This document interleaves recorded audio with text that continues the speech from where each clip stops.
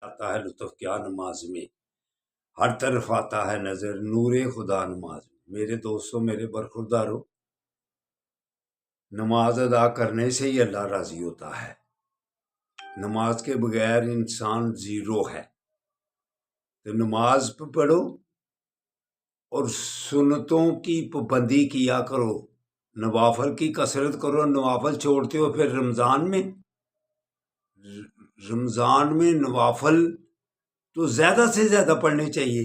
تو ہم نے جو بزرگان دین نے نوافل ساتھ ملائے ہوئے ہیں، ہم ان کو بھی چھوڑتے جاتے ہیں۔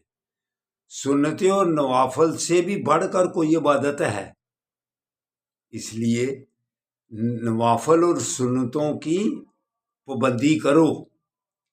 تو نماز کے بعد یا تواب اللہ کے ناموں کا ورد کیا کرو، انشاءاللہ تعالی اللہ توبہ قبول کرے گا۔ اللہ کا نام یا تواب۔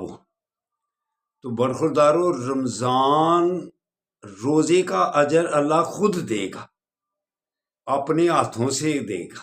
باقی تمام اعمال جو ہم نیکیاں کرتے ہیں اس کا اجر فرشتوں سے عطا کروائے گا اللہ، لیکن روزے کا اجر خود اپنے ہاتھ سے اللہ دے گا، کیونکہ روزہ صرف اللہ کے لیے ہے۔ ہر عبادت کا پتہ چلتا ہے کہ یہ زکوٰۃ دیتا ہے، یہ نماز پڑھتا ہے، یہ حج کرتا ہے۔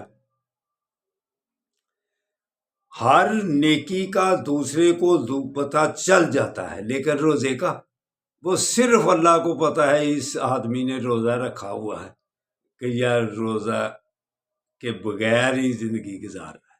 تو میرے دوستو، روزہ ایک اعلیٰ عبادت ہے جس کا اجر اللہ خود دے گا، تو کیوں سستی کرتے ہیں ہم؟